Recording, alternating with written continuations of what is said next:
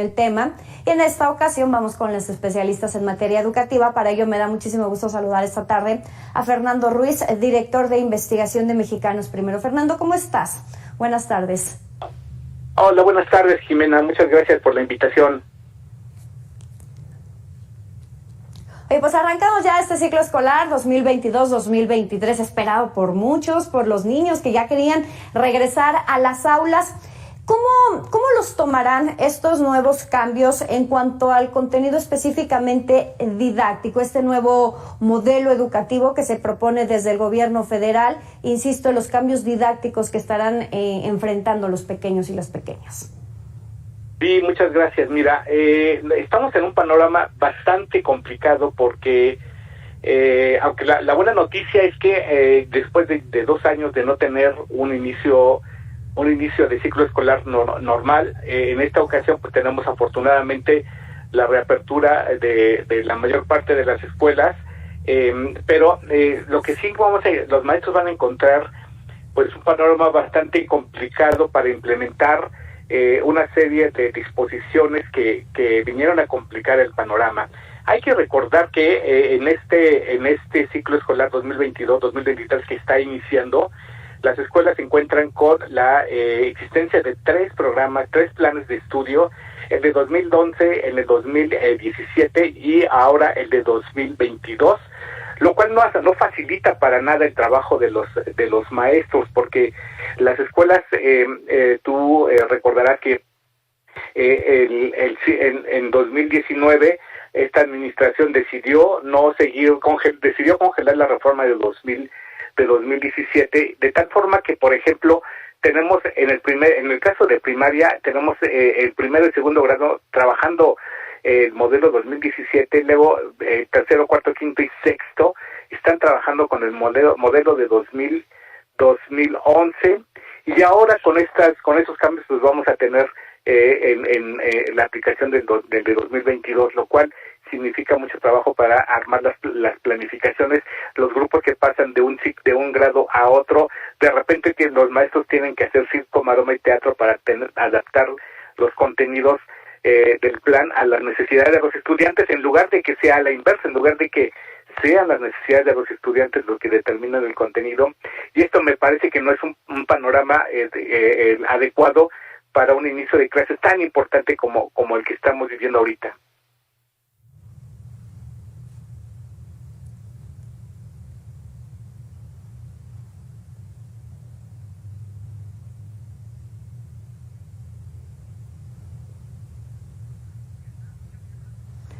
Bueno, sí es complicado para los maestros, Fernando. Evidentemente también estará siendo complicado para los alumnos e incluso quiero pensar que para los mismos padres de familia que acompañan en este proceso a sus hijos. Sí, mira, hay que recordar que en qué situación se encuentran los estudiantes en este inicio de ciclo. El ciclo 2021-2022 para nada fue sencillo. De acuerdo a la información que estuvimos levantando allá por el mes de diciembre de 2021, a la mitad del ciclo escolar anterior, habíamos identificado que solamente la mitad de los estudiantes estaban teniendo clases presenciales, un 33% estaban teniendo clases a distancia, y otro porcentaje importante también estaba en un esquema mixto. Los estudiantes llegan con una desigual preparación. Algunos estudiantes fueron afortunados al tener 5 días de clase, pero también hubo muchos estudiantes que variaron, unos tuvieron 3, otros 2, incluso hubo estudiantes que nada más tuvieron un día de clases presenciales, y otro porcentaje pues nuevamente se siguieron manteniendo en la educación a distancia, sobre todo por el temor al contagio entre las personas que no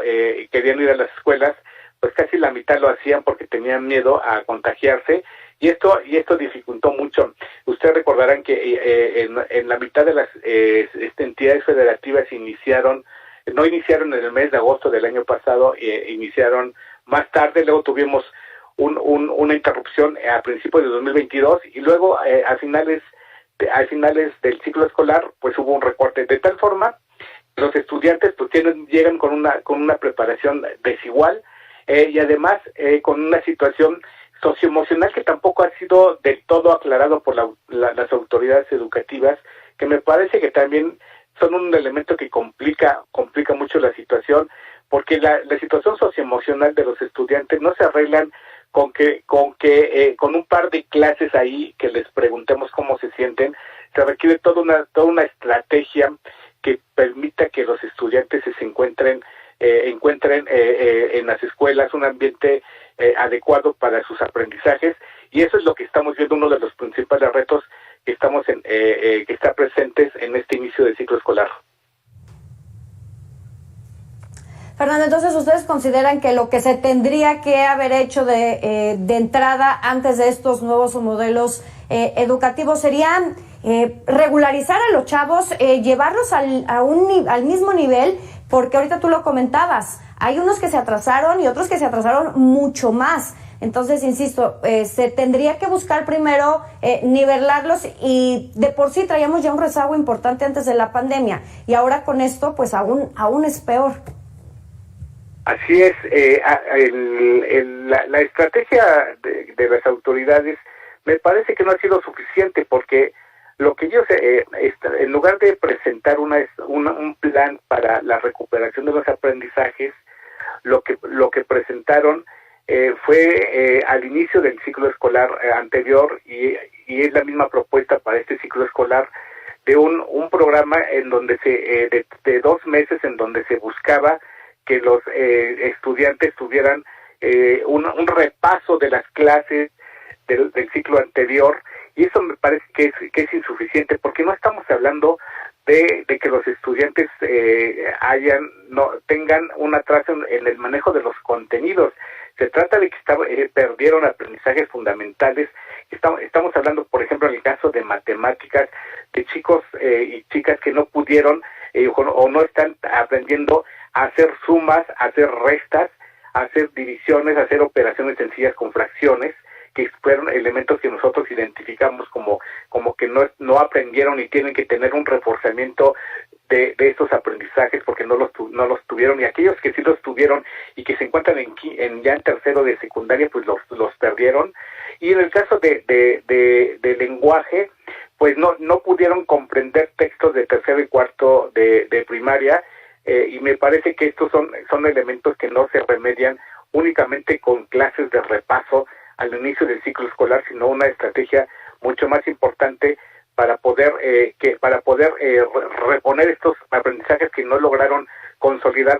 durante la educación, y en especial para aquellos estudiantes que están ubicados en zonas económicas, en las zonas de bajos ingresos, que fueron los que más tuvieron el impacto, porque hay que reconocer que también hay estudiantes que supieron aprovechar muy bien la educación a distancia, pero un grupo importante de ellos no lo logró, y estamos en riesgo de no atenderlos, de que estos estudiantes pues abandonen la escuela ante el fracaso académico al que se pueden ver sometidos.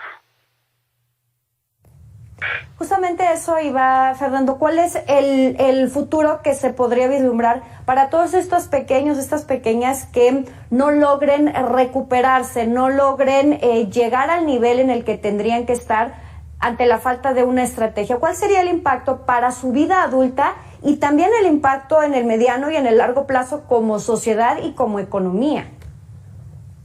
Desafortunadamente estos efectos, que es uno de los elementos que me parece que los políticos se aprovechan para no rendir cuentas, es que estos efectos no van a ser inmediatos. Esta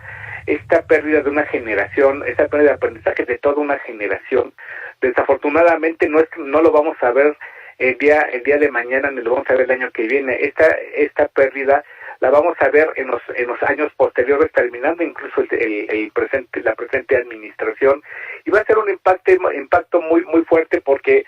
aunque no nos gusta señalar los enfoques que tiene los organismos internacionales como el Banco Mundial, pero ellos hacen el señalamiento sobre la pérdida de ingreso de esos estudiantes al no tener las capacidades las capacidades mínimas para poder aspirar a tener una trayectoria académica que les permita tener empleos bien remunerados en el futuro, es una realidad. Lo que nosotros, además de esas pérdidas económicas que vamos a tener en términos de las vidas económicas de estos estudiantes, lo que nosotros también estamos señalando es que